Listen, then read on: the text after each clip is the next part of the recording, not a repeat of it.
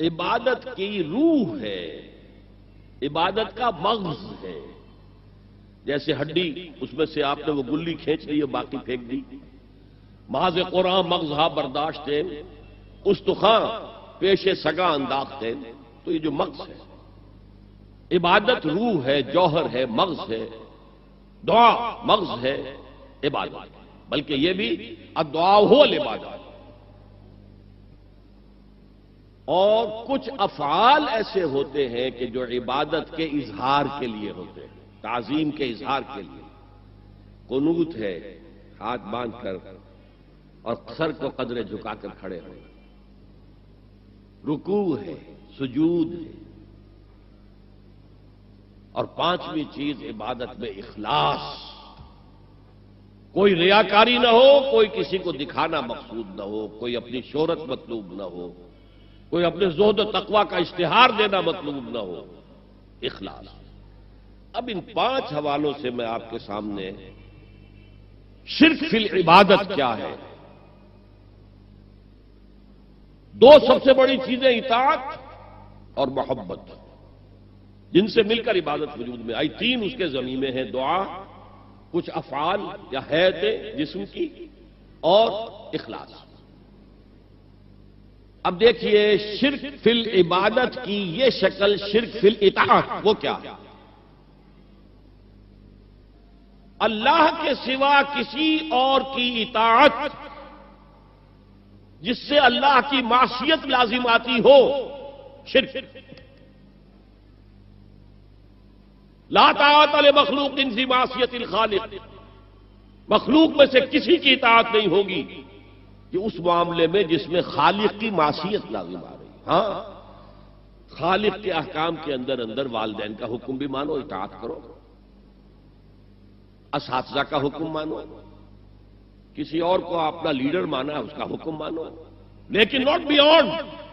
وہ جو سرکل ہے کتاب و سنت کا، اس سے باہر نہیں. لا طاعت لمخلوق فی معصیت الخالق، یہ آپ الجبرے کے فارمولے کے طور پر اپنے سامنے رکھیں. اب اسے اپلائی کیجئے. جیسے فارمولوں کے ذریعے سے پھر بڑے بڑے وہ سم جو ہے وہ حل کیے جاتے تھے سوالات. صبح کا وقت ہے، آنکھ بھی کھلی ہے، کوئی اذان کی آواز بھی کان میں آئی ہے. آپ کا نفس کہتا ہے ابھی سو جی. آپ نے اپنی چادر یا کمبل کو درست کیا اور کروٹ لی اور سو گئے. یہ کیا ہے؟ آپ نے کس کا حکم پیچھے پھینکا اور کس کا حکم مانا؟ اللہ کے حکم کو پیچھے پھینک دیا، نفس کے حکم کو آگے رکھا. یہ شرک. اس شرک کو جاننے والے بہت کم ہیں. مولانا روم نے خوب کہا تھا، نفس ماں ہم کم ترس فرعون نیست لیکن ایراعون نیست. میرا نفس بھی فرعون سے کم نہیں ہے. فرعون نے کہا تھا نا، الیس لی ملک مصر وہذہ الانہار تجری من تحتی. کیا اس ملک مصر کی حکومت میری نہیں ہے؟ اور سارا جو یہ آب پاشی کا نظام ہے، انہار کا نظام ہے، وہ میرے کنٹرول میں نہیں ہے؟ جس کا چاہوں موگا کھلا رکھوں، جس کا چاہوں بند کر دوں. یہ تھا خدائی کا دعویٰ، انا ربکم الاعلی. تو مولانا روم کہتے ہیں میرا نفس بھی اس سے کمتر نہیں ہے. وہ کہتا یہ جسم میرا ہے، اس پر میرا حکم چلے گا. میں نہیں جانتا کون اللہ کون رسول، کیا حرام کیا حلال. تو فرعون سے کم تو نہیں ہے میرا نفس. لیکن ایراعون، اس کی بہت مدد تھی، فوج تھی، لاؤ لشکر تھا، تو اس نے زبان سے بھی کہہ دیا کھل کر انا ربکم الاعلی. میں مسکین ہوں، غریب ہوں، میرے پاس کوئی طاقت نہیں ہے، میں زبان سے تو کچھ نہیں کہہ سکتا، اندر سے میرا نفس یہی کہتا. یہ نفس کی حکومت قرآن کہتا ہے. بحران ہوتا ہوں، 2 جگہ یہ مضمون آیا ہے. ارأیت من اتخذ الہہ ہواہ افانت تکون علیہ وکیلا. اے نبی، تم نے دیکھا اس شخص کو، اس کے حال پر غور کیا جس نے اپنی خواہش نفس کو اپنا الہ بنا لیا. اللہ اکبر. الہ لا الہ الا اللہ. کلمہ توحید کا مرکزی لفظ یہاں آ رہا ہے، من اتخذ الہہ ہواہ، جس نے اپنی خواہش نفس کو اپنا معبود بنا لیا، الہ بنا لیا۔ افانت تکون علیہ وکیلا، کیا آپ ایسے شخص کی کوئی ذمہ داری لے سکتے ہیں؟ سود حرام ہوا کرے جی، حرام حرام، ہمارا دھندا جو ہے وہ آگے بڑھ نہیں سکتا، تو اللہ کے حکم کو پیچھے ڈالا، نفس کے تقاضے کو آگے رکھا۔ کون معبود ہے آپ کا؟ نام عبداللہ رکھیے، نام عبد الرحمن رکھیے، ہے عبد النفس، نفس کے بندے، نفس کے غلام۔ یہ میں نے یوں سمجھئے کہ جیسے میں نے ہجرت اور جہاد کی ڈیفینیشنز کی تھی۔ ہجرت کا بیس کیا ہے؟ پوچھا گیا ایو الہجرت افضل ہو یا رسول اللہ، اے اللہ کے رسول بتائیے سب سے اعلیٰ ہجرت کون سی ہے، افضل؟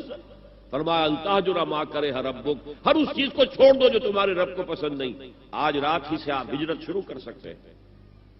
جائزہ لیجئے کیا کیا چیزیں میری زندگی میں خلاف شریعت ہیں جو اللہ کو ناپسند ہے، فیصلہ کیجئے کہ آج کے بعد نہیں ہوگی، ہجرت شروع ہو گئی، افضل الہجرہ، سب سے افضل ہجرت شروع ہو گئی۔ لیکن ٹاپ پر لے جائیے تو یہ ہجرت جب اللہ کے دین کو قائم کرنے کی جدوجہد اس مرحلے پر آ جائے کہ اب باطل کے ساتھ ٹکراؤ ہے اور اب چاہیے کہ ساری قوت ایک مرکز پر جمع ہو جائے، ہجرت فرض کر دی گئی، وہ ہجرت گھر بار چھوڑ کر، اہل و عیال کو چھوڑ کر اور مکے کے بھیڑیوں کے رحم و کرم پر چھوڑ کر اپنے گھر والوں کو جو لوگ ہجرت کر کے آئے، حکم تھا۔ ہجرت مدینہ فرض تھی، ہجرت حبشہ فرض نہیں تھی، صرف اجازت تھی کہ جن سے سختیاں نہیں جھیلی جا رہی مزید وہ چلے جائیں۔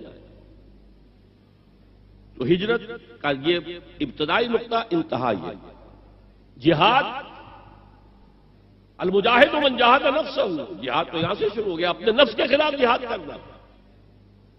صبح نفس نے کہا ابھی سو جاؤ، آپ نے نفس کی بات کو رد کیا، اپنا کمبل اٹھا کے پھینکا، اٹھے، وضو کیا، نماز کے لیے آپ مسجد چل دیے، آپ نے جہاد کیا نفس کے خلاف۔ یہ افضل الجہاد ہے، اور سب سے چوٹی اوپر یہ ہے کہ جب وہ حق و باطل کی جنگ ہو تو جان ہتھیلی پر رکھ کر میدان میں حاضر ہو جاؤ۔ اسی طرح یہ جو شرک فی الاطاعت ہے، میں نے آپ کو اس کی ابتدا بھی بتا دی انفرادی سطح پر۔ افرأیت من اتخذ الہہ ہواہ افانت تکون علیہ وکیلا، کیا تم نے غور کیا اس شخص کی حالت پر جس نے اپنی خواہش نفس کو اپنا معبود بنا لیا، الہ بنا لیا، کہہ رہا ہے لا الہ الا اللہ، لا الہ الا اللہ، لیکن الہ تو اس کا نفس ہے۔ اب اس کو انتہا پر لے جائیے۔ عہد حاضر کا سب سے بڑا شرک، سب سے بڑا شرک، سب سے بڑا شرک عوامی حاکمیت کا تصور ہے۔ حاکم اللہ کے سوا کوئی نہیں، ان الحکم الا للہ۔ ظاہر بات ہے فرعون نے اگر دعویٰ کیا تھا میں تمہارا خدا ہوں، انا ربکم الاعلی، تو کیا اس کا مطلب یہ تھا کائنات میں نے پیدا کی ہے، تمہیں میں نے پیدا کیا؟ ذرا سوچئے، کیا وہ بزرگ موجود نہیں ہوں گے جنہوں نے اسے دیکھا ہو کہ آج اس کی ولادت ہوئی تھی، کل اس کی کوئی اور سیریمنی ہوئی تھی؟ یہ کیسے دعویٰ کیا تھا؟ میرا حکم چلے گا، میں نہیں جانتا، الیس لی ملک مصر، مصر کی حکومت میری ہے کہ نہیں؟ یہ دعویٰ تھا، یہ خدائی کا دعویٰ ہے۔ کسی زمانے میں وہ فرد ہوتے تھے، نمرود ہوتے تھے، نماردہ، فراعنہ۔ جمال عبد الناصر نے نعرہ لگایا تھا نحن ابناء الفراعنہ، بڑے فخر کے ساتھ ہم فرعونوں کی اولاد ہیں۔ اور صدام نے لگایا تھا نعرہ نحن ابناء النماردہ، ہم نمرودوں کی اولاد ہیں۔ عراق کے بادشاہوں کا لقب نمرود تھا اور مصر کے بادشاہ فراعنہ تھے، فرعون تھے۔ زمانے کا جب ارتقاء ہوا ہے اور اس میں فیصلہ کن کام جو ہے وہ حضور نے صلی اللہ علیہ وسلم، جب حضور کی حیات طیبہ کے بعد خلافت انفرادی سے اجتماعی ہو گئی۔ جب تک نبوت جاری تھی نبی ہی خلیفہ ہوتا تھا اللہ کا، اس کی ہاٹ لائن اللہ کے ساتھ وحی کی لگی ہوئی ہے، ادھر سے حکم آتا ہے وہ امپلیمنٹ کرتا ہے، جہاں اس کا حکم نہیں ہے وہ اپنا بیسٹ ججمنٹ استعمال کر کے فیصلہ کرتا ہے۔ یہی ہے وائس جیرنسی، یہی ہے خلافت، ایسنس آف خلافت یہی ہے۔ جیسے وائس رائے دلی میں ہوتا تھا، ہمارا بادشاہ یا ملکہ تو انگلستان میں ہوتا تھا۔ اب جو ہز میجسٹیز گورنمنٹ یا ہر میجسٹیز گورنمنٹ سے حکم آیا، وائس رائے اس میں کوئی تغیر و تبدل نہیں کر سکتا، he has to implement it as such. جہاں کوئی حکم نہیں ہے تو وہ مقام پر بیٹھا ہے، آن دی اسپاٹ ہے، حالات کو دیکھے اور جو مملکت اور کنگڈم کی مصلحت میں سب سے بہتر نظر آئے وہ فیصلہ کر لیا۔ لیکن حضور پر نبوت ختم تو خلافت کلیکٹو ہو گئی، خلافت المسلمین۔ اگرچہ شروع میں امیر المومنین کہا جاتا تھا، کچھ عرصے کے بعد خلیفت المسلمین یہ اصطلاح جو ہے وہ عام ہوئی۔ اسی طرح انفرادی ملوکیت کی بجائے اجتماعی ملوکیت کا تصور جو ہے شیطان نے پٹی پڑھائی۔ ابلیس کی مجلس شورا جو اقبال کی بڑی ہی یوں سمجھیے کہ اہم ترین نظموں میں سے امت مسلمہ کے نام پیغام پر مشتمل وہ نظم جو ہے، اور وہ ان کے آخری ایام کی ہے اور وہ ان کی زندگی میں چھپی بھی نہیں تھی، ارمغان حجاز ان کے انتقال کے بعد چھپی، جس میں آخری جو کلام تھا فارسی اور اردو دونوں کا جمع کر دیا گیا، ورنہ اس سے پہلے فارسی علیحدہ چھپتی تھی کتابیں، اردو کی علیحدہ، لیکن اب اتنا کم تھا کہ ان کے لیے علیحدہ کتابیں شائع کرنا مناسب نہیں سمجھا گیا۔ ابلیس نے مجلس شورا بلائی، ایک مجلس شورا کے جو رکن نے کہا کہ دیکھو جمہوریت کا دور آ گیا ہے، اب ہماری ابلیسیت کو تو بڑا خطرہ ہے، ابلیسی نظام تو ختم ہو جائے گا، جمہوریت توڑ دی بندوں نے آقاؤں کے خیموں کی تناب، یہ تو عوام نے جو ہے اپنے آقا بیرنز اور لارڈز اور بادشاہوں کے خیموں کی تنابیں توڑ دی، گرا دیے خیمے، یہ تو انقلاب آ رہا ہے، میرے آقا وہ جہاں زیر و زبر ہونے کو ہے جس جہاں کا ہے فقط تیری سیاست پر مدار۔ ابلیس کیا کہتا ہے بڑے ٹھنڈے انداز میں، ہم نے خود شاہی کو پہنایا ہے جمہوری لباس، جب ذرا آدم ہوا ہے خود شناس و خود نگر۔ آج آدمی میں ایک سیلف امپورٹنس پیدا ہو چکی ہے۔ یہ بادشاہ کون ہوتے ہیں جو ہمارے سروں پر مسلط ہے، محلوں میں رہتے ہیں، عیش کرتے ہیں، جو خون پسینہ جو ہے وہ کسان کر رہا ہے، ابھی انڈسٹریل ریولوشن تو نہیں ہوا تھا، وہ ساری بات جو تھی وہ زرعی معیشت تھی، خون پسینہ وہ کرتا ہے، فصل میں سے لائنز شیئر آ کر بیرن اور لارڈ وہ لے گیا اور اس میں سے ایک حصہ اس نے بادشاہ کو پہنچا، ایک اپنے پاس رکھا، ظالمانہ نظام ہے۔ تو ہم نے دیکھا کہ انسانوں میں کچھ شعور پیدا ہو گیا، خود شعوری، تو ہم نے ملوکیت کو ڈھال دیا نئے سانچے میں، ہم نے خود شاہی کو پہنایا ہے جمہوری لباس۔ وہ گندگی جو فرعون کے سر پر ٹنوں کے حساب سے رکھی ہوئی تھی، ہم نے کہا تولا تولا سب میں تقسیم کر دو، ایک ایک ووٹ سب کے ہاتھ میں دے دو اور کہہ دو تم حاکم ہو۔ ہم نے خود شاہی کو پہنایا ہے جمہوری لباس، جب ذرا آدم ہوا ہے خود شناس و خود نگر۔ تو نے کیا دیکھا نہیں مغرب کا جمہوری نظام، چہرہ روشن اندروں چنگیز سے تاریک تر۔ It is the dictatorship of the capitalist, جسے جمہوریت کا نام دیا جا رہا ہے، کھیل ہے، تماشا ہے۔ تو آج کی دنیا کا سب سے بڑا شرک اسے کوئی جانتا ہی نہیں، وہ شرک فی العقیدہ ان کو معلوم ہے، اور اس کے اوپر فتوے بھی وہ لگا دیں گے۔ کوئی قبر کے سامنے کھڑے ہو کر کوئی دعا کر رہا ہے، کسی کو رکوع کر لیا، کسی نے سجدہ کر لیا، تو خیر ٹھیک ہے، وہ تو ایک شرک جلی ہو رہا ہے، وہ تو معلوم ہے، اس کی نفی ہو رہی ہے۔ لیکن یہ وہ تھے شرک جو پہلے تھے، آج کا شرک بالکل اور ہے۔ آج کا شرک دو میں گنوا دیتا ہوں آپ کو، ایک ہے عوامی حاکمیت کا تصور، ایک ہے مادہ پرستی کا تصور۔ مادے پر سارا توکل اور اعتماد ہے، اللہ پر کہاں توکل رہا، کہاں اعتماد رہا۔ میٹیریلزم یہ ایک مذہب ہے، یہ ایک فلسفہ ہے۔ بہرحال اطاعت کے ضمن میں شرک فی الاطاعت کیا ہے؟ انفرادی سطح پر نفس پرستی، نفس کو اپنا معبود بنا لینا۔ اجتماعی سطح پر عوام کی حاکمیت، بدترین شرک۔ اب آئیے محبت، شرک فی المحبت کیا ہے؟ اگر کسی بھی شے اور کسی بھی انسان کی محبت اللہ کی محبت سے بڑھ جانا تو دور کی بات ہے، برابر بھی آ کر ہم نشین ہو گئی، بیٹھ گئی، تو یہ شرک ہے۔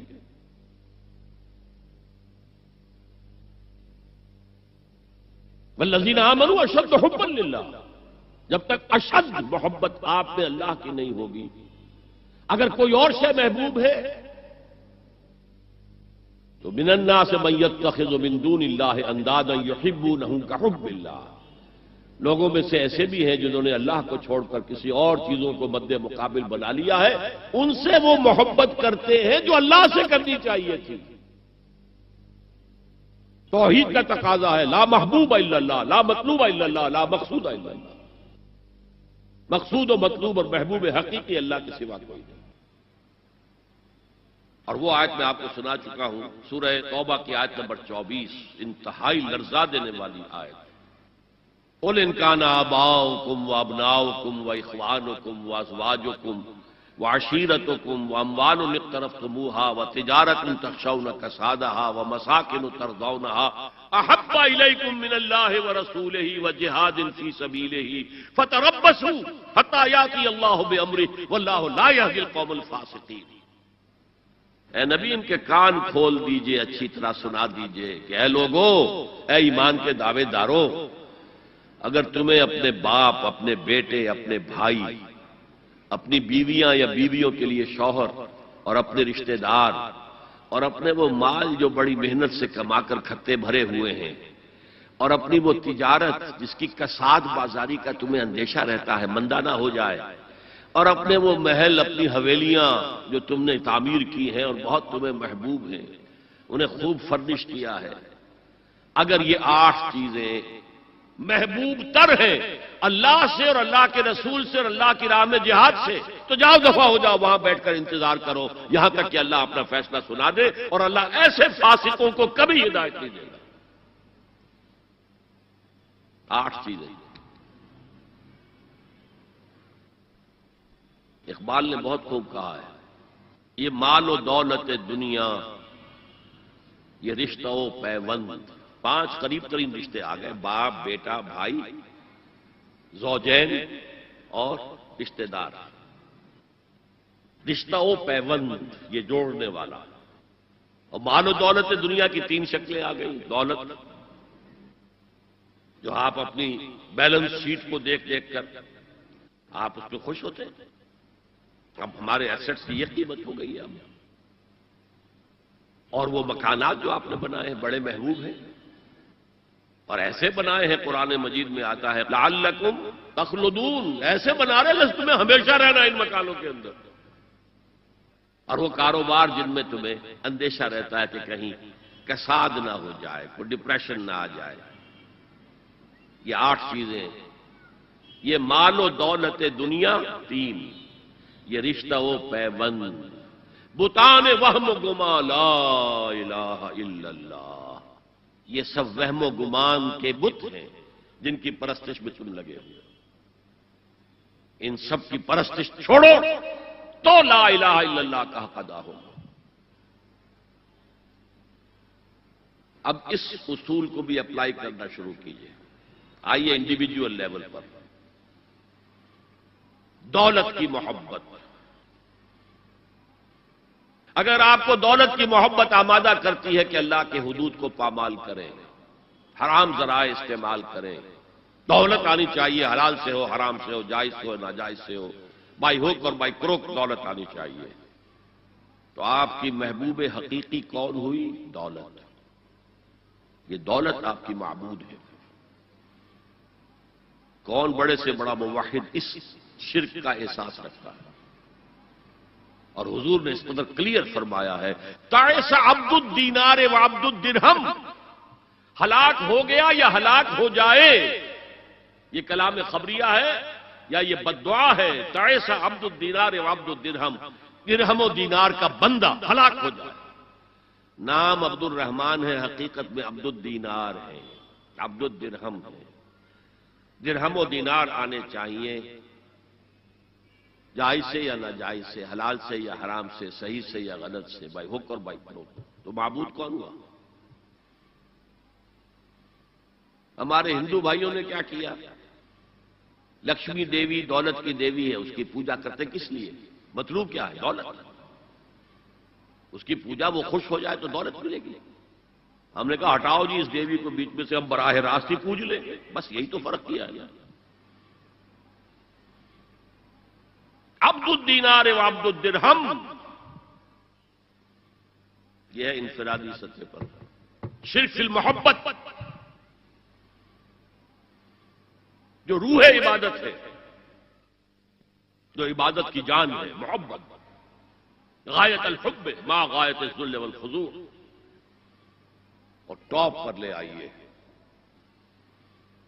آج کی دنیا اجتماعیت کے میدان میں اگرچہ اب زمانہ بدل رہا ہے، لیکن تقریباً 1 صدی سے نیشن سٹیٹس، وطن کی بنیاد پر قومیت، وطن محبوب ترین شے،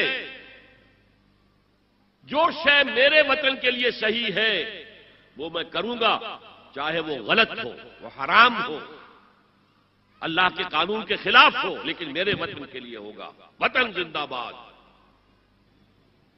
یہ وطن پرستی۔ اس وطن پرستی کے مذہب کی ایک نماز بھی ہے، ترانہ ہو رہا ہے تو کھڑے ہو جاؤ، قنوت، کھڑے ہو جانا عبادت کا حصہ ہے۔ اس کا جھنڈا سلامی دو۔ یہ وطن کے معبود کے ریچولز ہیں، مذہب وطنیت۔ اسی لیے اقبال نے کہا تھا، اس کو سمجھا نہیں کسی نے بھی، اس دور میں اور ہے، جام اور ہے، جم اور، ساقی نے بنا کی روش لطف و ستم اور، تہذیب کے آزر نے ترشوائے صنم اور۔ آج کا صنم، آج کا بت کون ہے؟ تہذیب کے آزر نے ترشوائے صنم اور، مسلم نے بھی تعمیر کیا اپنا حرم اور، ان تازہ خداؤں میں بڑا سب سے وطن ہے، جو پیرہن اس کا ہے وہ مذہب کا کفن۔ خدا پرستی، یہ وطن کی لکیر سے تم اور ہو گئے، میں اور ہو گیا۔ لکیر، انسانیت منقسم، جو تمہارے وطن کے لیے ٹھیک ہے وہ تم کرو گے چاہے وہ اخلاقاً غلط، اور جو میرے وطن کے لیے ٹھیک ہے وہ میں کروں گا چاہے اخلاقاً غلط۔ یہ کون سا دین ہے؟ یہاں تو وطن تمہارا معبود بن گیا۔ پاکستان میں بڑا شور اٹھا تھا جب میں نے کہا تھا کہ جھنڈے کو سلامی دینا شرک ہے، اور ترانے کے وقت کھڑا ہو جانا شرک ہے۔ اور میں کبھی بھی تقریبات میں جاتا ہوں، اقبال ڈے ہو رہا ہے، کچھ اور ہو رہا ہے، میں ان تقریبات کا مقرر نہیں ہوں، لیکن جب بہت زور دیتے ہیں چلا جاتا ہوں، لیکن وہاں ترانہ پڑا جاتا ہے میں بیٹھا رہتا ہوں، میں کھڑا نہیں رہتا، اور اس پر چیبے گوئیاں ہوتی ہیں اخبارات کے اندر، لیکن میرے نزدیک یہ وطن کی نماز پڑھ رہے ہو تمہارا یہ قنوت اور وطن کا ترانہ، اس میں حمد ہو رہی ہے وطن کی، یہ کیا ہے؟ آج کے دور کا بدترین شرک، شرک فی المحبت۔ آگے چلیے، شرک فی الدعاء، کسی کو مت پکارو کسی مدد کے لیے سوائے اللہ۔ وَأَنَّ الْمَسَاجِدَ لِلَّهِ فَلَا تَدْعُوا مَعَ اللَّهِ أَحَدًا، اللہ کے ساتھ، یعنی ایک تو یہ کہ اللہ کو چھوڑ کر کسی کو پکارنا، ایک ہے اللہ کے ساتھ پکارنا، اللہ کو بھی پکارنا، اوروں کو بھی پکارنا۔ بدترین شرک ہے دعا اللہ کے لیے، ندا اللہ کے لیے۔ اس کا بھی ذرا میں تجزیہ کر دوں گا۔ دیکھیے، ایک ہے عام مادی قوانین دنیا کے جو ہے اس کے تحت کسی سے مدد چاہنا، بھائی ذرا مجھے پانی پلا دینا، یہ بھی آپ نے مدد چاہیے ہے نا۔ حضور کے بارے میں تو آیا ہے کہ آپ اتنے خوددار تھے صلی اللہ علیہ وسلم، کہ اگر سواری پر ہوتے تھے اور آپ کا کوڑا نیچے گر جاتا تھا تو کسی سے یہ نہیں کہتے تھے کہ یہ کوڑا مجھے اٹھا کے دے دے، بلکہ خود سواری سے اتر کر کوڑا اٹھاتا تھا۔ تو یہ جو قانون مادی ہے، اس کے تحت مدد مانگنا کوئی بری بات نہیں ہے، کوئی غلط بات نہیں ہے۔ ماورائی اعتبار سے، غیبی اعتبار سے کسی سے مدد مانگنا کسے باشد کوئی ہو، شرک سے دعا، ان المساجد للہ فلا تدعوا مع اللہ احدا۔ ایک ہے استعارتن اقبال کہتا ہے ہمالا اے فصیل کشور ہندوستان، تو یہ خطاب بالکل ایک استعارہ سا ہے۔ اسی معنی میں مولانا حالی نے اپنی مسدس کے اختتام پر جو مناجات لکھی ہے، اے خاصہ خاصان رسول وقت دعا ہے، امت میں تیری آ کے عجب وقت پڑا ہے۔ وہ دی جو بڑی شان سے نکلا تھا وطن سے، پردیس میں وہ آج غریب الغربا ہے۔ تو اس معنی میں اس لفظ استعمال ہو جائے تو اس پر بہت زیادہ الرجک بھی نہیں ہونا چاہیے، لیکن غیبی طور پر کسی کے بارے میں یہ عقیدہ رکھ کر کہ وہ میری مشکل کشائی کر سکتا ہے، حاجت روائی کر سکتا ہے، میری مدد کر سکتا ہے، یہ شرک ہے، اور اس کے شرک ہونے میں کوئی شک نہیں۔ ان المساجد للہ فلا تدعوا مع اللہ احد۔ اب دیکھیے ہمارے یہ فرشتے یہاں بیٹھے ہیں نا، ہم کہہ سکتے ہیں ذرا بھائی میرا یہ کام کر دینا؟ نہیں کہہ سکتے۔ جبرائیل کو پکار سکتے ہیں، اے جبرائیل ذرا میرا یہ کام کر دینا؟ نہیں، وہ عالم غیب کی شے ہے۔ کسی ولی اللہ کی روح کو پکار کر کہنا کہ میری یہ مشکل دور کر دے؟ نہیں، اللہ سے کہیں، اللہ کو پکارے، اللہ جس کے ذریعے سے چاہے آپ کی ضرورت پوری کر دے۔ اس ضمن میں کہوں گا کہ شاہ ولی اللہ دہلوی نے ایک بات کہی ہے، اگرچہ مجھے اس کی کوئی دلیل اپنے طور پر انڈیپینڈنٹلی کتاب و سنت میں نہیں ملی ہے، لیکن شاہ صاحب کا ایک مقام مرتبہ ہے جو میری نگاہ میں بہت بلند ہے۔ میرے نزدیک دو عظیم شخصیتیں عالم اسلام کی، امام ابن تیمیہ اور امام غزالی کو جمع کریں تو شاہ ولی اللہ بنتے ہیں، اتنی عظیم شخصیت۔ انہوں نے یہ لکھا ہے کہ جو اللہ کے برگزیدہ بندے ہوتے ہیں، اولیاء اللہ، اللہ تعالیٰ ان کی ارواح کو ان کے فوت ہونے کے بعد ملائکہ کے طبقہ اسفل میں شامل کر دیتے ہیں، اور وہ بھی جس طرح وہ ملائکہ اللہ کے احکام کی زمین میں تنفیذ کر رہے ہیں، وہ بھی اسی کام میں لگ جاتے ہیں۔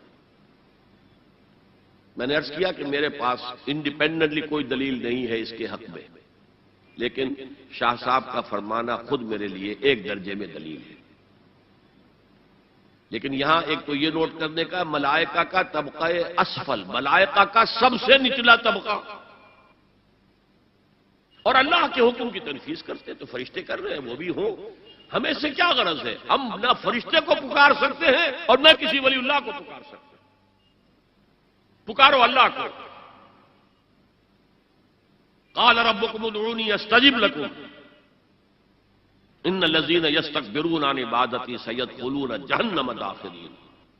تمہارا رب کہتا ہے مجھے پکارو، مجھ سے مانگو، میں تمہیں دوں گا، تمہاری دعا سنوں گا، قبول کروں گا، اور جو بربنائے تکبر مجھ سے نہیں مانگتے وہ جہنم میں داخل ہوں گے، ذلیل و خوار ہوں گے۔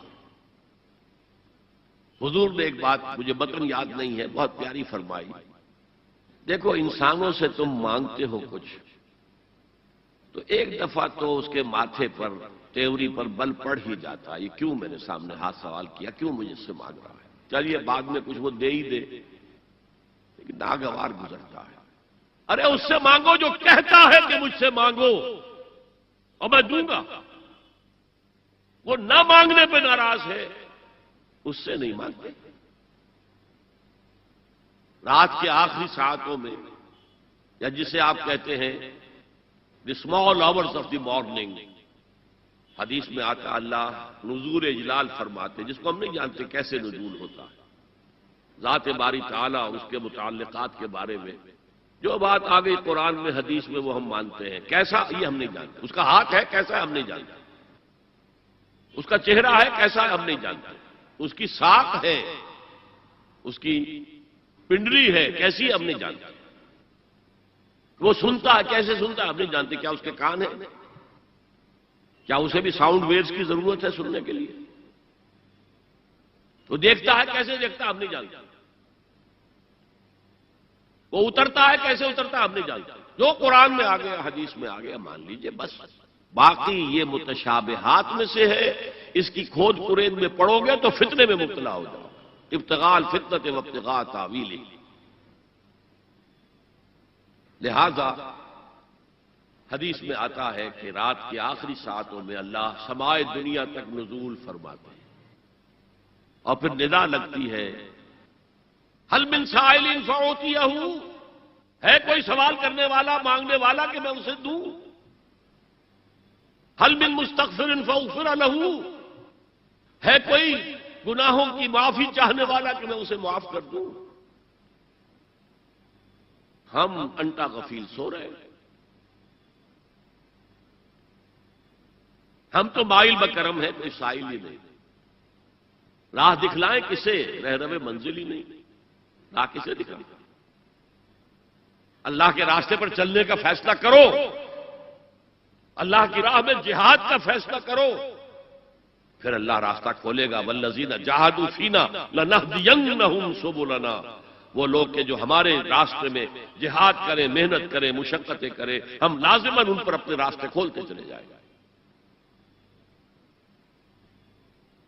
تو دعا شرک فی الدعا، مانگو صرف اللہ سے، اللہ سے، اللہ سے، وہ چاہے کسی فرشتے کے ذریعے، چاہے کسی فوت شدہ ولی اللہ کی روح کے ذریعے سے، چاہے کسی کو بھی نہیں، براہ راست اپنے حکم سے، اس کی تو قدرت ہے جو چاہے کرے، کن فیکون، وہ جیسے بھی ہو وہ آپ کی ضرورت پوری کرے گا، وہی ہے جو کہ مشکلات کو حل کرنے والا ہے، وہی ہے کہ رزق دینے والا ہے، وہی ہے جو مرض سے شفا دینے والا ہے، پکارو اسی کو، مانگو اسی سے۔ اب آئیے، کچھ مراسم عبودیت ہوتے ہیں، مراسم رسم کہتے ہیں کسی چیز کی ظاہری شکل کو، رہ گئی رسم ازاں روح بلالی نہ رہی، فلسفہ رہ گیا تلقین غزالی نہ رہی، یہ قرآن کا بھی ہم اسے رسم الخط کہتے ہیں، رسم الخط، اور یہ حضرت عثمان کے زمانے میں فائنل ہوا ہے کہ یہ اس طریقے سے لکھا جائے گا۔ تو عبدیت کے اظہار کے لیے کچھ رسومات ہیں، جس میں سے ایک پر گفتگو ہو چکی، قنوت، والقانتین والقانتات، یہ جو ہے اللہ کے حضور میں چاہے ہاتھ باندھے چاہے ہاتھ کھلے، لیکن ذرا جھک کر گردن میں خم کر کے کھڑے ہونا، یہ نماز کے اندر جو قنوت ہے یہ قنوت ہے، یہ بھی اپنی عاجزی کا اظہار ہے، عجز اور تذلل، وہ جو ابن قیم کی میں نے ڈیفینیشن آپ کو بتائی، العبادت تجمع اصلین، غایت الحب وغایت الذل والخضوع، حد درجے میں اللہ کے سامنے بچ جانا، جھک جانا، گر جانا، رکوع، سجدہ اللہ کے سوا کسی کے لیے نہیں۔ اور اس معاملے میں دین محمدی جو اپنی تکمیل کو پہنچ گیا، الیوم اکملت لکم دینکم واتممت علیکم نعمتی ورضیت لکم الاسلام دینا، حضور کی بعثت سے قبل سجدہ تعظیمی جائز تھا، کسی شخص کی تعظیم کے لیے، اس کی عزت کے لیے اس کے سامنے سجدہ کرنا جائز تھا۔ حضرت یوسف کے سامنے ان کے والدین اور 11 بھائی سجدے میں گر گئے، بچپن میں خواب دیکھا تھا اور 40-50 سال بعد اس کی تعبیر بالفعل ایک اس واقعے کے طور پر سامنے آ گیا۔ سجدہ کرنا، جھکنا، سجدہ کرنا، یہ جائز تھا سجدہ تعظیم۔ حضور پر شریعت مکمل، توحید مکمل، اب ہر نوع کا سجدہ حرام مطلق ہے سوائے اللہ کے کسی کو۔ ہمارے مسلمانوں نے بھی اپنے دور ملوکیت میں سجدہ تعظیمی شروع کرا، عدالت کے اندر بادشاہ کے دربار میں جا رہے تو سجدہ، سر جھکا کر رکوع کی حالت میں. یا آپ کے پڑوس میں جو حیدرآباد کی ریاست تھی، سلام کیسے کرتے تھے، کتنے جھکتے تھے، اور پھر وہ جھک کر وہ سلام ہو رہے ہیں. یہ مشرکانہ فعل ہے. مغلیہ دربار میں بھی تھا. شیخ احمد سرہندی رحمت اللہ علیہ نے کہا غلط ہے، حرام ہے، جائز نہیں. دربار میں شکایت پہنچ گئی. آخر مخبری کرنے والے بھی تھے، حاسد بھی تھے. وَمِن شَرِّ حَاسِدٍ إِذَا حَسَدَ. طلبی ہو گئی، بلایا گیا دربار میں حاضری. اور ایسا اہتمام کیا گیا کہ جب حضرت مجدد آگے آئیں بادشاہ تک جانے کے لیے تو درمیان میں ایک دیوار سی حائل کر کے اس میں کھڑکی کھول دی کہ اس میں سے جھک کر گزریں گے نا تو رکوع کسی درجے میں تو ہو جائے گا. رکوع بھی سجدے ہی کی ایک شکل ہے، سجدے کا ہاف کہہ لیجئے. لیکن یہ کہ جب آیات سجدہ آتی ہے قرآن مجید میں تو عام نمازوں میں دیکھتا ہوں کہ وہ آیات سجدہ والی آیات پڑھی نہیں جاتی، حالانکہ ان کی ایک خاص کیفیت ہے. تراویح میں تو پڑھی جاتی ہے لیکن پہلے بتا دیتے ہیں کہ یہ دوسری رکعت میں یا پہلی رکعت میں سجدہ آ رہا ہے تو لوگ تیار ہوتے ہیں. رکوع بھی اگر فوراً ہو جائے آیت سجدہ کے بعد تو اس سے بھی اس سجدے کا حق ادا ہو جاتا. بہرحال حضرت شیخ مجدد رحمت اللہ علیہ دربار میں آئے تو اس کھڑکی میں سے پہلے پاؤں گزارے، پھر اپنا سر نکالا، پھر جیل میں ڈال دیے گئے، کوئی پرواہ نہیں. حاضر ہوا میں شیخ مجدد کی لحد پر، وہ خاک کے ہے زیر فلک مطلع انوار، گردن نہ جھکی جس کی جہانگیر کے آگے، جس کے نفس گرم سے ہے گرمی احرار. وہ ہند میں سرمایہ ملت کا نگہباں، اللہ نے بر وقت کیا جس کو خبردار. دین الہی، دین محمدی کے خاتمے کا اعلان تھا. اب بڑے بڑے مولویوں نے یہ اکبر کو سبق پڑھایا تھا، بڑے مولوی، درباری مولوی، انہوں نے سبق پڑھایا تھا. اللہ کا ایک دن 1000 برس کا ہوتا ہے اور اللہ کا ہر معاملہ 1000 سال تک ہوتا ہے. اب 1000 سال ہو گئے محمد کی رسالت کو، ان کی رسالت کا دور ختم صلی اللہ علیہ وسلم. اب دوسرا 1000 سال، اسی لیے الف ثانی کہتے ہیں نا، الف ہزار کو کہتے ہیں الف ثانی. یہ دوسرا 1000واں سال جو شروع ہو گیا ہے، اس میں ایک نئے دین کی ضرورت ہے. وہ دین اکبری ہے، دین الہی ہے. اور دین الہی کیا تھا؟ یہ ایک بہت بڑی سیاسی تدبیر تھی، اصل میں بہت بڑی سیاسی تدبیر، اور اس کا ظہور بعد میں بھی ہوا ہے ہندوستان کی سرزمین میں. وہ یہ کہ ہندوستان کی ترقی میں جو چیز سب سے بڑی رکاوٹ ہے وہ مذہبی اختلافات ہیں. لہذا ایسا کرو سارے مذاہب جو ہیں اسے ہاون دستے میں ڈالو، کوٹ کوٹ کے چورا چورا کر کے بناؤ صفوف، اور یہ مذہب سب کا ہو جائے تو مذہبی اختلافات ختم ہو جائیں گے. دوسری بات ان کی سمجھ میں یہ آ گئی کہ اصل میں اختلاف رسالت اور شریعت کی بنیاد پر ہوتے ہیں. لہذا دین الہی بس خدا کو مانو، بس رسالت وغیرہ کو چھوڑو. خدا تو سب کا رب ہے، اسے آپ پرماتما کہہ لیں، مہادیو کہہ لیں، جو چاہے کہہ لیں، اللہ کہہ لیں، رام کہہ لیں. قُلِ اللَّهَ وَالرَّحْمَٰنُ أَيَّمَّا تَدْعُوا فَلَهُ الْأَسْمَاءُ الْحُسْنَىٰ. قرآن کہتا ہے تم اللہ کہہ کر پکار لو یا رحمان کہہ کر پکار لو، جس کو بھی تم پکار رہے ہو یہ جان لو کہ تمام اچھے نام اسی کے. یہ فلسفہ تھا بہت گہرا. وہ جاہل تھا، ان پڑھ تھا، لیکن بہت بڑا سیاستدان تھا اکبر، اس میں کوئی شک نہیں.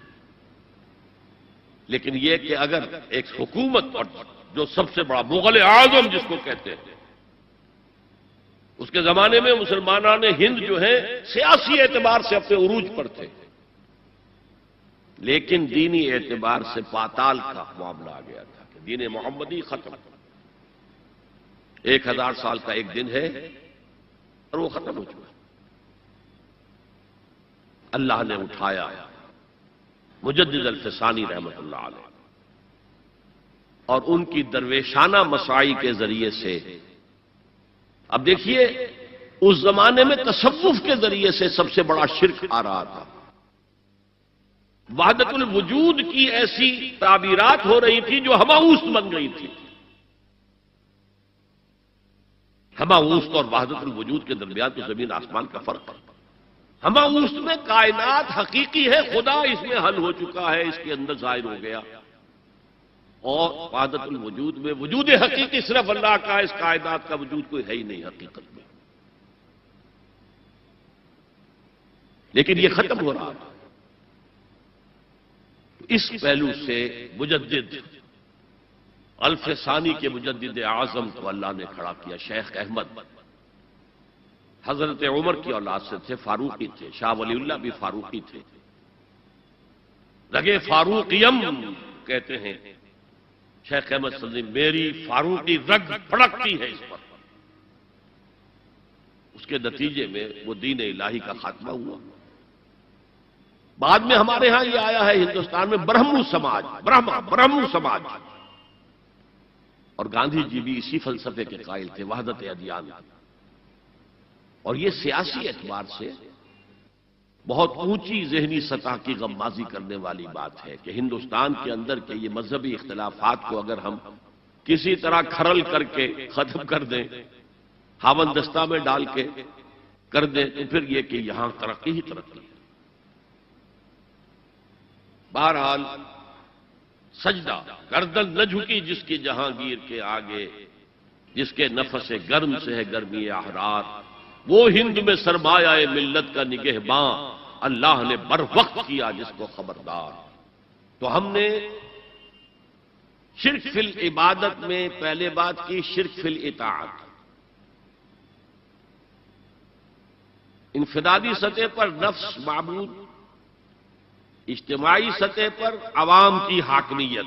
بدترین شرک اس دور کا، عظیم ترین شرک. اتنے بڑے پیمانے کا شرک کبھی نہیں ہوا دنیا میں. اس کے بعد شرک فی المحبت، مال کی محبت، تعس عبد الدینار و عبد الدرہم. وطن کی محبت یا کسی اور شے کی محبت، اگر وہ اللہ کی محبت کے برابر بھی آ جائے، بڑھ جائے تو اور بھی بڑی بات کہنی پڑے گی. لیکن ہمارے پاس شرک سے اوپر کی اصطلاح کوئی نہیں. پھر شرک دعا، اللہ کے سوا کسی اور سے حاجت روائی کے لیے، مشکل کشائی کے لیے پکارنا کسی. پھر شرک فی المراسم العبودیہ، قنوت ہے، رکوع ہے، سجود ہے. یہ ذل والخضوع کی، کسی کے سامنے جھک جانے کی ایک علامت ہے، سمبل. اب آخری ہے اس میں اخلاص. اور اخلاص کی ضد کیا ہے؟ ریاکاری. کوئی عبادت اگر دکھاوے کے لیے کی جائے وہ شرک ہے. یہ شرک خفی کہلاتا ہے. مال کی محبت کا شرک بھی شرک خفی ہے. نفس کی اطاعت کا شرک بھی شرک خفی ہے. اور یہ سب سے خفی شرک ہے. حضور نے فرمایا صلی اللہ علیہ وسلم، من صلی یرائی فقد اشرک ومن صام یرائی فقد اشرک ومن تصدق یرائی فقد اشرک. جس نے دکھانے کے لیے نماز پڑھی اس نے شرک کر لیا. جس نے دکھاوے کے لیے روزہ رکھا اس نے شرک کر لیا. جس نے دکھاوے کے لیے خیرات کی، صدقات دیے، وہ شرک کر چکا. قد اشرکا، قد اشرکا. یہ عربی کے مزاج سے واقفیت تو فعل ماضی پر قد جو ہے تو وہ پرفیکٹ ٹینس بن جاتا ہے. کر چکا، وہ شرک میں ملوث ہو چکا. من صلی یرائی فقد اشرکا ومن صام یرائی فقد اشرکا ومن تصدق یرائی فقد اشرکا. اور تجزیہ کر کے یہاں تک بتایا کہ اگر کوئی شخص نماز پڑھ رہا ہو اور جب وہ یہ دیکھے کہ کوئی اسے دیکھ رہا ہے تو اپنے سجدے کو طویل کر دے تو یہ شرک ہے. فرض کیجئے 5 سیکنڈ کا سجدہ وہ کر رہا تھا، اب اس نے 7 سیکنڈ کا کیا ہے. یہ 2 سیکنڈ کس کے لیے ہے؟ اس ایک سجدے کے 2 مسجود ہو گئے. وہ 5 سیکنڈ کا سجدہ تو اللہ کے لیے، 2 اس کے لیے شرک ہو گئے. ایک اور بات فرمائی صلی اللہ علیہ وسلم، شرک خفی کو پہچاننا اور دیکھنا اتنا ہی مشکل ہے جتنا کہ کسی سیاہ شب میں، تاریک رات میں، کسی سیاہ پتھر پر چلنے والی سیاہ چیونٹی کو دیکھنا مشکل ہے. تشبیہ کا بلاغت اور فصاحت کی انتہا ہے. جیسے میں نے عرض کیا تھا کہ ایک جوڑے کی 2 جوتیوں کے مابین جو مشابہت ہے، امت مسلمہ اور سابقہ امت بنی اسرائیل کی، ان کے اوپر جو حالات وارد ہوئے ان میں وہی مشابہت. تاریک شب ہے، سیاہ پتھر ہے، اس پر سیاہ چیونٹی رینگ رہی ہے. جتنا اس کو دیکھنا مشکل ہے اتنا ہی شرک خفی کو پہچاننا مشکل. کدھر کدھر سے آپ پر حملہ آور ہو جائے گا، کدھر کدھر سے آ کر آپ کی عبادت میں، آپ کی توحید میں نقب لگائے گا، اس کا آپ کو اندازہ ہو نہیں سکتا. بڑا مشکل ہے، بہت زیادہ چوکس رہنے کی ضرورت ہے. اور اس کا علاج بتایا گیا ہے خاص طور پر عبادات کے ضمن میں، کہ کچھ نہ کچھ عبادت نفل بھی کی جائے، اور نفل عبادت اس طور سے کی جائے کہ کسی کو پتہ نہ چلے. اب ہمارا حال یہ ہو گیا کہ ساری، اگر کوئی عشاء کی 17 رکعتیں پڑھتا ہے، سب کی سب مسجد میں پڑھتا ہے. حالانکہ صحابہ کے دور میں مسجد تھی فرائض کی ادائیگی، باقی جا کر نماز گھر میں پڑھو گے وہ افضل ہے. اور نوافل تو خاص طور پر اگر کسی کو تہجد کی توفیق ہو گئی ہے تو کسی نہ کسی طرح ڈھنڈورا پیٹے گا. اسے جی کیا کریں، بس رات کو جاگنا ہوتا ہے، طبیعت جو ہے بڑی بھاری رہتی ہے. ہو گیا اپنا ڈھنڈورا پیٹ دیا. تو اس سے تو مرض اور 2 حادثہ ہو جائے گا، ریاکاری اور بڑھ جائے گا. اسی طریقے سے صدقات نافلہ فرمایا ایسے دو کہ داہنا ہاتھ جو کچھ دے بائیں ہاتھ کو پتہ نہ چلے، کسی کو پتہ نہ چلے. اس سے وہ ریاکاری کی جڑیں کٹتی ہیں. ریاکاری کی جڑیں جو ہیں دل کے اندر سے کٹتی ہیں. یہ علاج ہے ریاکاری کا، لیکن ریاکاری شرک. اب میں آخری بات پر آ رہا ہوں. آپ نے سوچا ہوگا کہ اس تجزیے کے تحت تو ہر گناہ جو ہے ادنا سے ادنا گناہ بھی شرک ہے. فجر کی نماز کے وقت اگر اٹھ کے نہیں گئے اور چادر یا کمبل کو سیدھا کر کے لیٹ گئے تو یہ شرک ہے. پھر کون سے گناہ ہے جو اللہ معاف کرے گا؟ یہ جو میں نے آیت آپ کو 2 دفعہ جو آئی ہے سورہ نساء میں سنائی، ان اللہ لا یغفر ان یشرک بہ ویغفر ما دون ذلک لمن یشاء. اللہ تعالیٰ اس کو تو ہرگز نہیں بخشے گا کہ اس کے ساتھ شرک کیا جائے، البتہ اس سے کم کر جس کو چاہے گا بخش دے. تو جان لیجئے یہ جو باریک تجزیہ میں نے کر کے بتایا ہے یہ اپنی جگہ 100% درست ہے، لیکن ان میں جو یہ چیزیں ہیں، کوئی کوتاہی ہو گئی، کوئی گناہ ہو گیا، کوئی شریعت کی مخالفت ہو گئی، نفس کے کسی اس وقت کے دباؤ میں آ کر یہ گناہ شمار ہوں گے. اگر یہ آپ کی طبیعت ثانیہ نہ بن جائے، اگر یہ آپ کی سیکنڈ نیچر بن گئے تو ایک گناہ بھی ساری تباہی لانے کے لیے کافی ہے. اگر آپ نے ڈیرے ڈال دیے، غلطی ہو گئی، معافی مانگو، توبہ کرو، استغفار کرو، اللہ صاف کر دے گا. نہیں کرو گے تو پھر ایک گناہ پر بھی دوام اگر ہو گیا اور اس گناہ نے ایک نے بھی تمہارا احاطہ کر لیا تو وہ جہنم میں خلود کی وعید قرآن میں آئی ہے. بلا من کسب سیئۃ واحاطت بہ خطیئتہ فاولئک اصحاب النار هم فیہا خالدون. کیوں نہیں جس نے کوئی ایک بھی بڑا گناہ، چھوٹا نہیں، یہ چھوٹے چھوٹے گناہ جو ہوتے رہتے ہیں، گناہ کبیرہ لمم جن کو کہا گیا ہے، اس کی اللہ تعالیٰ کے ہاں پکڑ نہیں ہے، بلکہ وضو کرتے ہیں تو ہاتھوں کے اس طرح کے گناہ وہ دھل جاتے ہیں، آنکھوں کے گناہ دھل جاتے ہیں. گناہ کبیرہ اگر ایک بھی کریا اور مستقل کیا اور اس پر ڈیرے ڈال دیے اور وہ آپ کا احاطہ کر لیا. آج کے دور میں سود کا نظام، سودی کاروبار، وہ تو آپ کا احاطہ کر گیا. آپ کے پورے وجود کا احاطہ کر کے. بھلا من کسب، اور کسبہ کہتے ہیں جان بوجھ کر کرنا. ایک ہے خطا سے ہو گیا، غلطی سے ہو گیا، وقتی طور پر کوئی تحریک ایسی ہو گئی، غلط ماحول میں بیٹھے ہوئے تھے، اس کے زیر اثر کوئی آپ سے بھی غلط حرکت سرزد ہو گئی، کبھی نفس کا جوش کچھ ایسا ہوا کہ آپ مغلوب ہو گئے. ٹھیک ہے، اسینشلی وہ شرک ہے، لیکن یہ شرک گناہ کے درجے میں شمار ہوگا اگر آپ توبہ کر لیتے ہیں، رجوع کرتے ہیں، استغفار کرتے ہیں، اللہ بخشنے والا. لیکن اگر ایک گناہ کبیرہ بھی جان بوجھ کر اختیار کر لیا اور اسے مستقل اپنی زندگی کے اندر شامل کر لیا، بلا من کسب سیئۃ واحاطت بہ خطیئتہ فاولئک اصحاب النار هم فیہا خالدون، تو وہ پھر جہنمی ہیں، آگ والے ہیں، اور اس میں ہمیشہ ہمیش کے لیے رہنے والے. شرک ذات کے ضمن میں نے عرض کیا تھا کہ سورہ اخلاص جامع ترین اس کی نفی پر ہے، اور شرک فی الصفات کی کامل نفی پر آیت الکرسی. آیت الکرسی ایک لمبی آیت، جیسے آیت البر ایک لمبی آیت تھی، اور اس کو حضور نے فرمایا ہے سیدۃ آیات القرآن، پورے قرآن مجید کی آیات کی سردار ہے. اور یہ شرک فی الصفات کے ضمن میں یہ شمشیر قاطع ہے، شمشیر برہان ہے. اللہ لا الہ الا ہو الحی القیوم، یہ وہی ہے.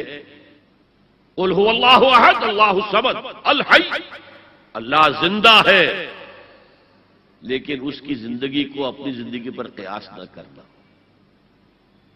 تمہیں خوراک کی احتیاج ہے، اسے کوئی ضرورت نہیں. ما اريد منهم من رزق وما اريد ان يطعمون، مجھے کوئی احتیاج نہیں کہ مجھے کوئی رزق پہنچائیں، رزق دیں، مجھے کھلائیں، مجھے کوئی ضرورت نہیں. پھر تمہاری حیات نیند، اونگ، تھکان، ان تمام کمزوریوں کے ساتھ ہے. وہ الحی ہے، اپنی ذات میں خود زندہ ہے، حیات اس کی ذاتی ہے، کسی اور نے عطا نہیں کی ہے. ہماری تو مستعار ہے، عمر دراز مانگ کے لائے تھے 4 دن، 2 آرزو میں کٹ گئے، 2 انتظار میں. اور القیوم بقیہ پوری کائنات کے لیے وہی ہے، اس کو تھامے ہوئے. لا تاخذہ سنۃ ولا نوم، الحی، حیات کامل، کہ اس کو نہ نیند آتی ہے نہ اونگ آتی ہے. لہ ما فی السماوات و ما فی الارض، آسمان اور زمین میں جو کچھ ہے اسی کی ملکیت ہے.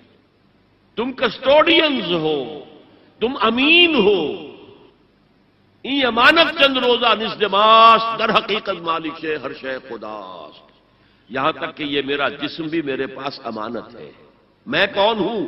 میری خودی، میری انا، میری روح جو پوزیس کرتی ہے اس بدن کو.